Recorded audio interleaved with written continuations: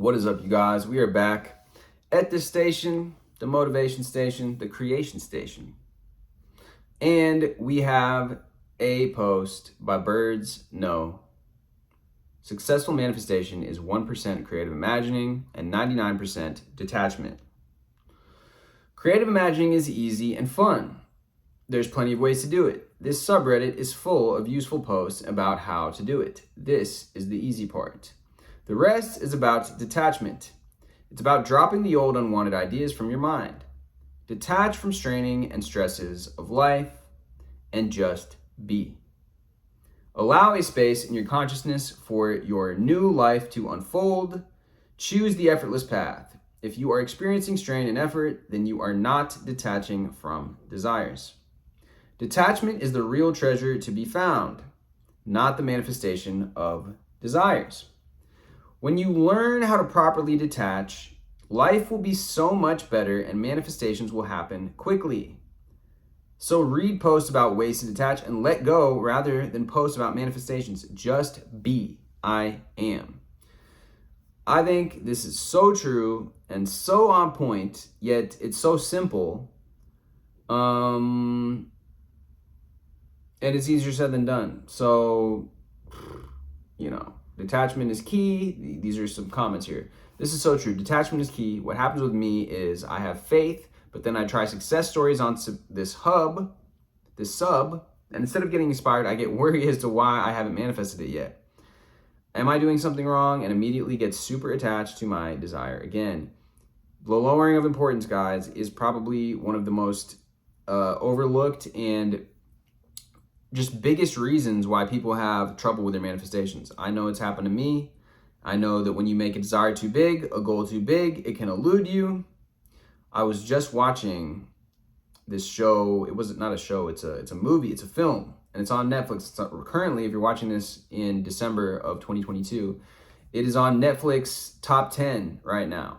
And it's starring Bradley Cooper, and he's a chef, and he's competing to get his second Michelin star. And if you know anything about the world of high-end chef culinary arts, it is a kind of like the highest accolade a chef can be given is to be given Michelin stars. And then if you receive 2 Michelin stars, that means you're absolutely amazing. And 3 is almost like legendary status, like you're a living legend.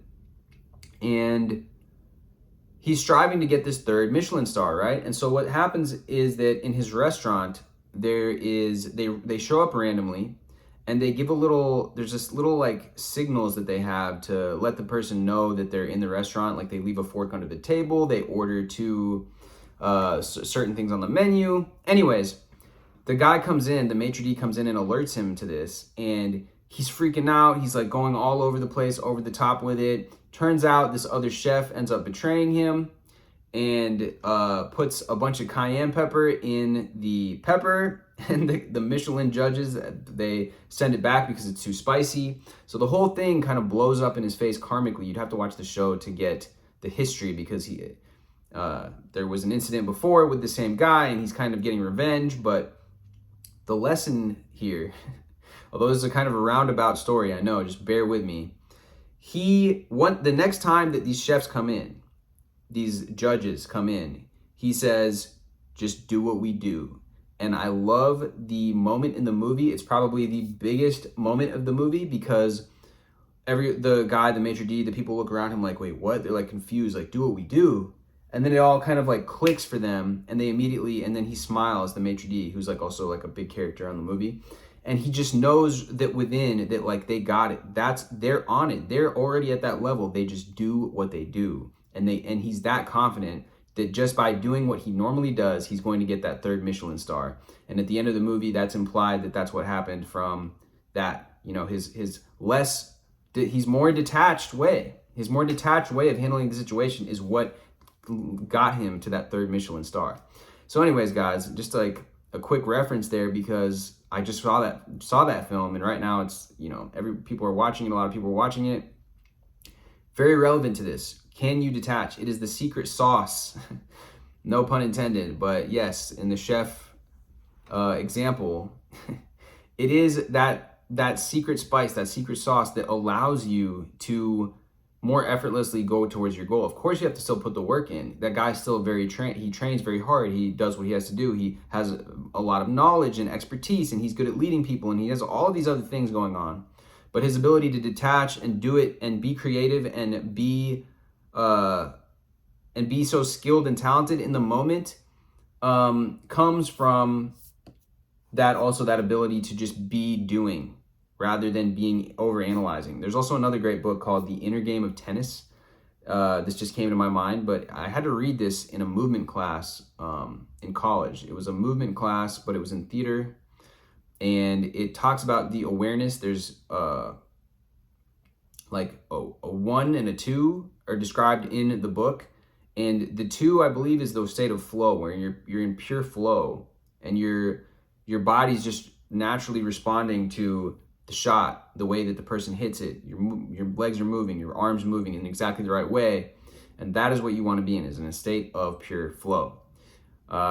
It's easier to describe with things like sports, or in that other example, in the middle of creating a dish.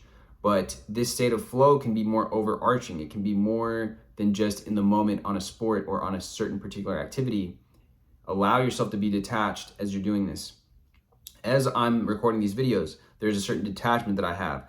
A lot of people talk about the first time they record themselves on camera, that it's much harder than they thought, or they think that they're way too overly concerned, or when they do public speaking. And that is, again, it applies. It's in all these various areas. Are you too concerned, too overly focused, too exerting too much effort and strain? Be aware of it. Allow yourself to detach. Just do the best you can, but know that you're good. Build that trust with yourself, and you will see a difference. Anyways, guys, thank you very much for watching. Hit me with a like, hit me with a comment, and hit me with a subscribe. And I will see you guys very, very soon.